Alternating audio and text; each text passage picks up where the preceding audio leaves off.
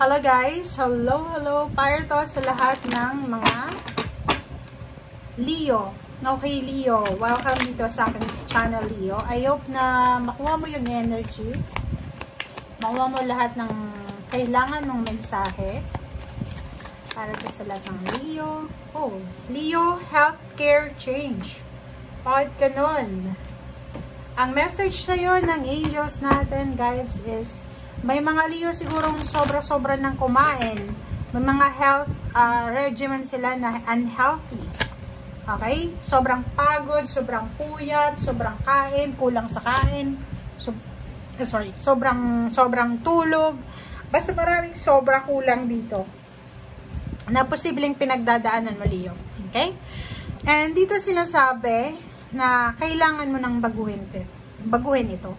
So, kung mayroon kang mga unhealthy habits or anything na kailangan mong gawin mo na to as soon as possible. Ito is your energy, oh. Positivity, faith, and optimism. Dito sinasabi, you open the doorway to positive experiences and opportunities with your positive expectations and energy.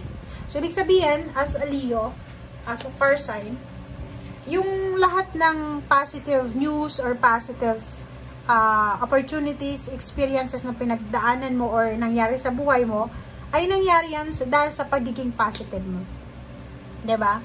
So sa ngayon, if ever lang meron kang mga health issues, emotional issues, or anything na issue sa buhay mo, huwag kang sumuko. Okay? Huwag masyadong negative. Huwag mong hayaan na yung negativity is pumasok or negative energy ay pumasok yan sa isip at puso mo. 'Di ba? Like for example, na mayroon kang sakit or mayroon kang nararamdaman, huwag mong isipin na, hanggang dito na lang. Hindi. Keep the faith and keep going. Diba? Ganun naman talaga eh. Kailangan mong maging positive. Kasi, yun yung sinasabi sa'yo dito, na yung pagkakaroon mo daw ng blessings, pagkakaroon mo ng mga success, or ano ba, na meron ka, it's because,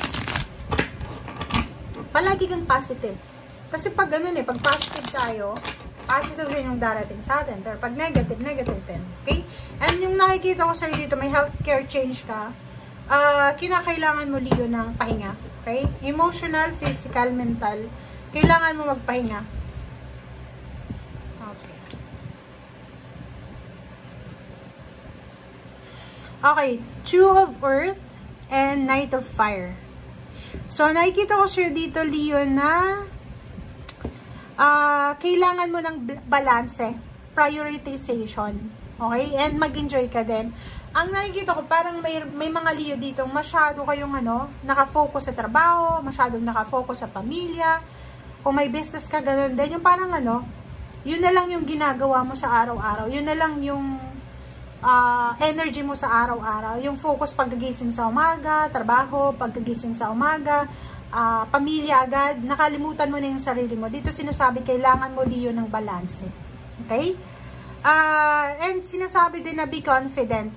Okay? Be confident, be passionate, be adventurous. So, huwag kang pipirme sa isang lugar. Isipin mo na hindi ka naman puno, parang itinanim ka sa isang lugar. Explore, adventure, try new things.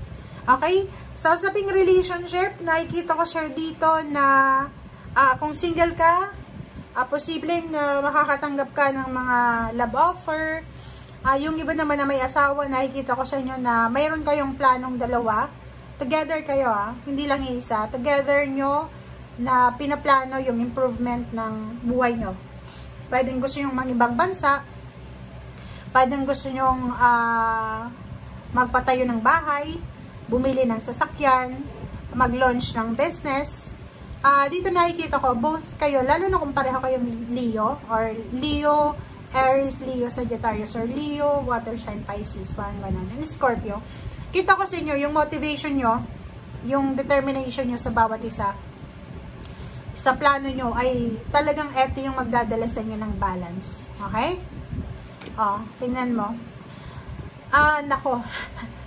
Leo, 4 of water, doon sa mga babae na Leo na ang tagal mo nang nag-a-apply ng trabaho, ang tagal mo nang naghihintay ng promosyon, salary increase, walang improvement. dito sinasabi na kung ano man na hinihintay mo na yan, hindi ka komportable, medyo nawawalan ka na ng interest, medyo nawawalan ka na ng gana, diba? Ang sinasabi sa'yo dito ng baraha, labanan mo yan, okay? Ilaban mo yung labanan mo yan, ilaban mo yung pangarap mo, okay? 8 of Fire, kung may mga negative thoughts na pumapasok sa isip mo, mabilis mo siya dapat na i-let go, mabilis mo dapat siyang harangan. Like for example, nakaupo ka, tapos bigla kang makaisip ng negative. No, hindi negative, positive. Mag-pray ka, invoke Archangel Michael, Gabriel, Raphael, para dyan sa positivity na yan. Kaya nga yung sinasabi sir, be positive, kasi lahat ng mga blessings mo is from positive thoughts, positive emotions, positive, kung ano man na positive actions. Okay?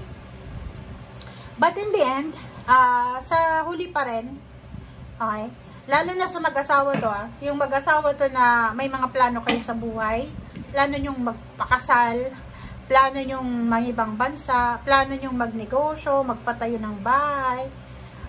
Dito nakikita ko sure dito na sobrang makukuha mo kung ano man tong minamanifest mo. First of all, yung Queen of Earth, Queen of Pentacles to Queen of Diamonds. So, ibig sabihin, kung babae ka, para kang magiging isang reyna ng pera. So, lahat ng mga financial wishes, dreams mo, ay makukuha mo yan, hindi man sa ngayon, pero sa mga darating na araw, or talagang dun sa right time na. Diba? Kasi, kahit anong gustong gawin natin, kahit ngayon, sabihin natin, gusto kong magkaroon ng milyon. Kung hindi naman talaga yun, naka-destiny na ngayon mismo ibigay sa iyo yung milyon, walang mangyayari. So, sinasabi sa'yo dito, i-continue mo lang kung anong ginagawa mo sa ngayon. Be positive. Yun yung pinaka-importante. Magtipid ka rin Magtipid ka, balanse. Dapat may oras ka sa sarili mo, may oras ka sa pamilya, sa trabaho, may time ka rin para maging masaya. Diba? Hanapan mo ang sarili mo ng time na makapag-relax, parang ganun. So, prosperous, generous, and successful. So, nakikita ko in the end, makukuha mo pa rin yung, kasi nandito yung King and Queen of Earth lalaki ka man or babae, or mag-asawa to it's either mag-asawa sila na Leo, Leo Aries, Leo Sagittarius, Leo Pisces, Leo Scorpio, Leo Cancer, Leo, Capricorn, parang ganun. Kung ano yung mga zodiac signs nyo, sinasabi sa'yo dito na kung may plano kayong dalawa para sa improvement or transformation ng buhay nyo, makukuha nyo talaga yan. Okay? So, kapit lang. Kapit lang kayo sa bawat isa.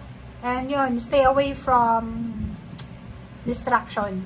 Kasi relationship daw commitment to. So, either pwedeng dalawang magka-partner sa business or pwedeng mag-asawa sila, mag-best friend.